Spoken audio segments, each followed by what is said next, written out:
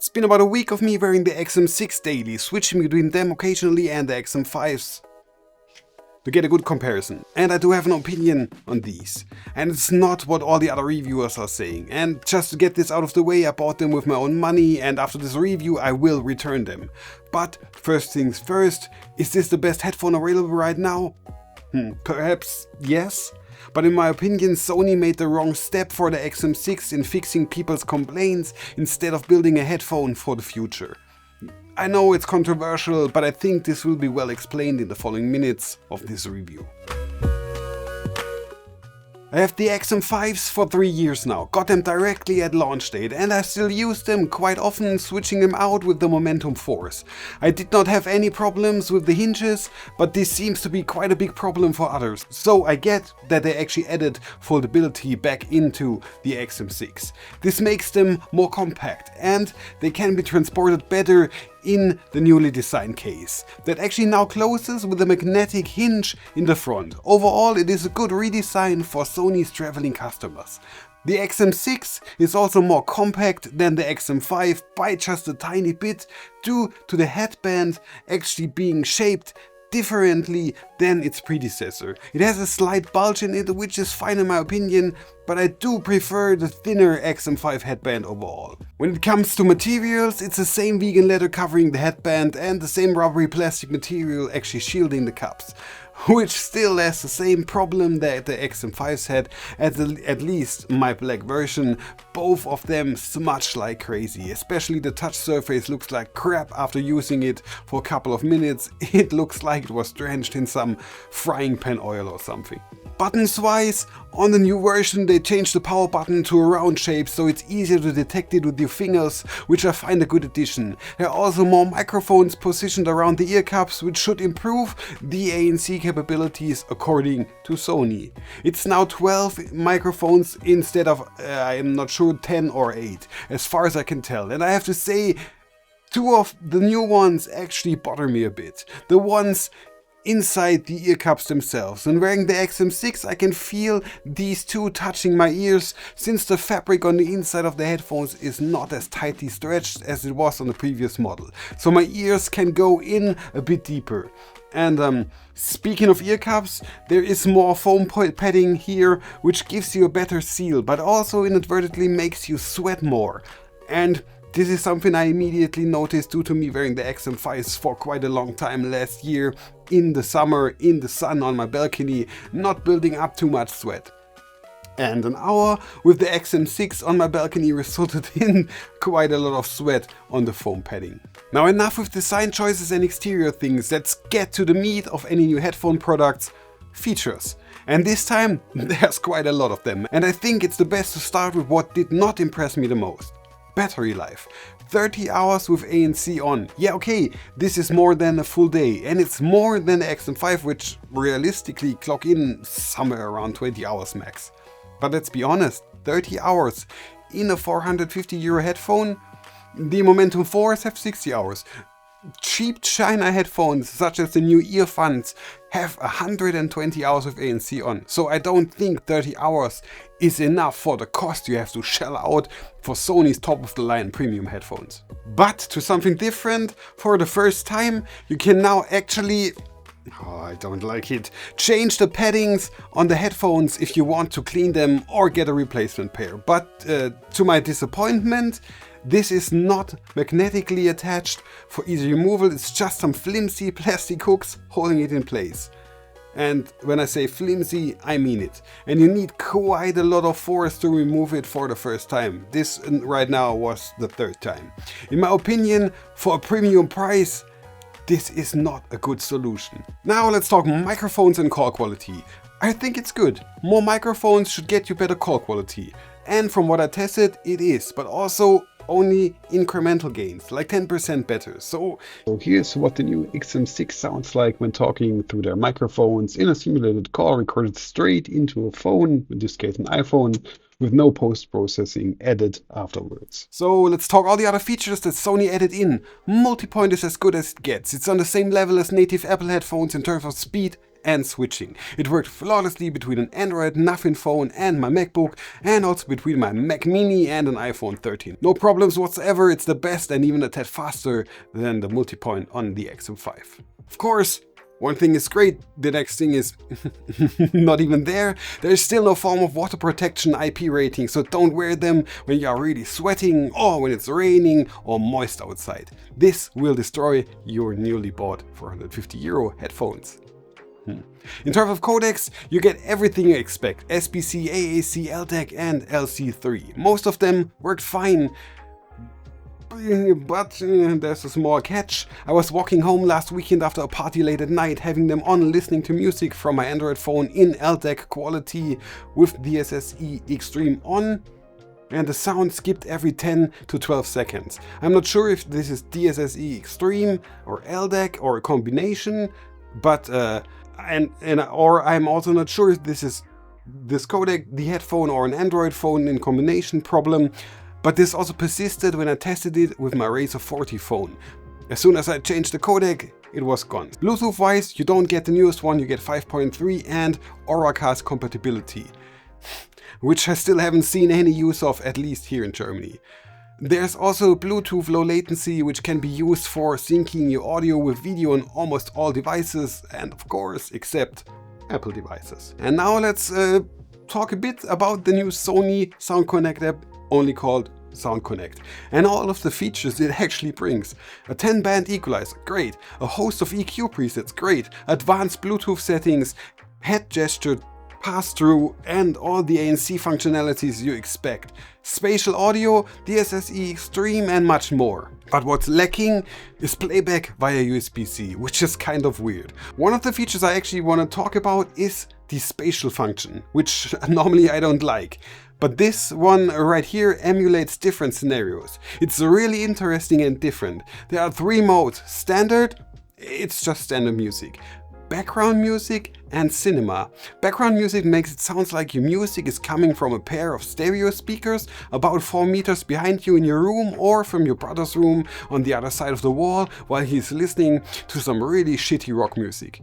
Which I don't mean rock music is shitty, I mean the quality sounds shitty through a wall. And I'm not quite sure what this is actually for, but it sounds realistic. And the cinema version makes it sound like you're sitting inside of a big cinema, and the music and audio actually feels, well, really cinema-like. So watching a video or watching a show or a movie with it was quite an interesting cinema-like feeling and an experience, which I honestly really enjoyed and don't think this is talked about enough in other reviews. This is an exclusive feature to the XM6, which I would love to also see with an upgrade on the XM5. So here's a small recording for you so that you can hear what this actually sounds like.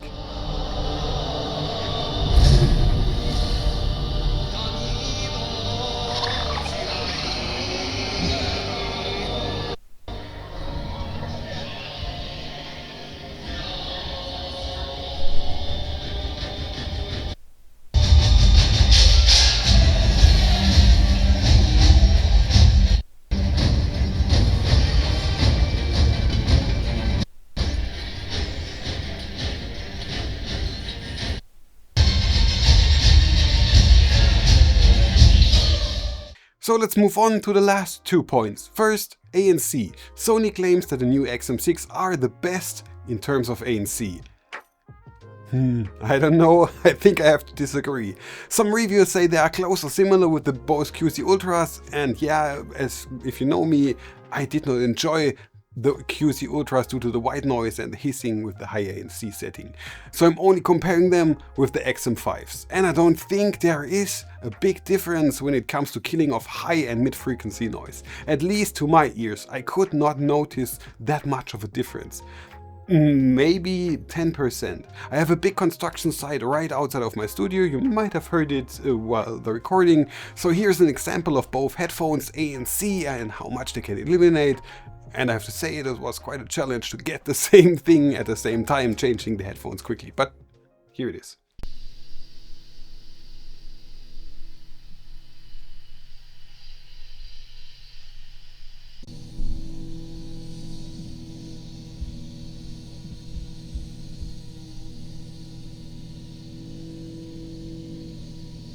So as far as the noise cancelling, I don't prefer any of the two headphones. Both are doing a great job, but I think what might happen when it comes to the XM6 is the more modern chipset as well as the bigger padding on the ear cups playing a role when it comes to noise cancelling. And this also poses a problem for people with glasses, not me, since they break the seal the padding has, reducing the overall effectiveness of the ANC significantly. Yeah, okay then, but what about sound? How do the XM6 sound in comparison with the XM5? I'm testing them with the standard EQ, nothing changed, and a normal AAC codec on both headphones. And overall, the XM6 sound better in real world terms. And by better, I would say the low end and the mids are fuller and more well-rounded. Which does not mean that the XM5s are bad or something. It's pretty much great sound for the XM5 and 10% on top in terms of sound for the XM6. So comparing them, I think it's only a small gain, but I would say if you give the XM6 to a random group of people, almost all of them would like what they hear.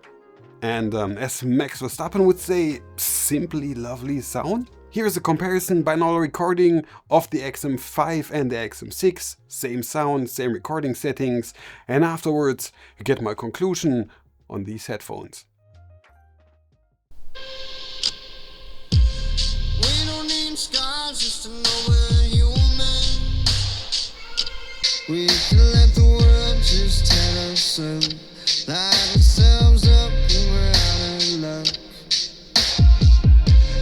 All of the love in me was an illusion until you made my world a new start. Turn me around when I had enough. And I know now that I'm not safe now without you.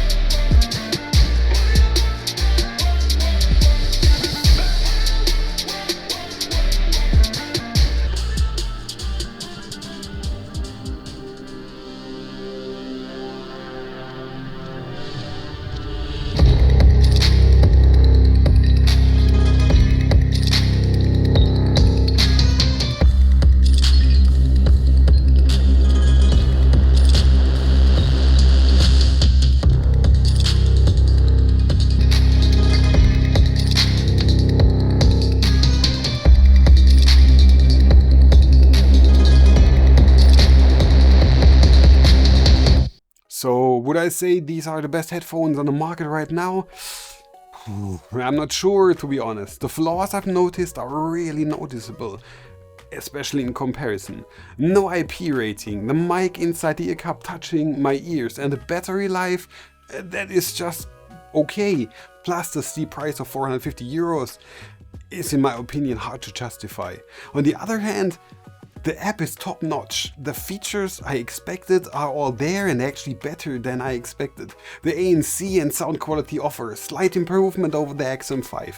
They fixed the hinge issue that so many people had a problem with. They improved the case quite significantly, but overall I don't think it's a huge leap over its predecessor, which I am going to keep. And I don't think it's a big enough upgrade compared to other future headphone competitors, many of whom are going to introduce far more features and innovations into their new model. So I'm genuinely curious to see what Sennheiser will bring to the table with the Momentum 5s in this case. In my opinion, if you are going to upgrade from an XM3 or 4, yeah, do it, but maybe wait until there is a price drop. If you own an XM5, I would say don't even bother with the 6, that's a way too small margin.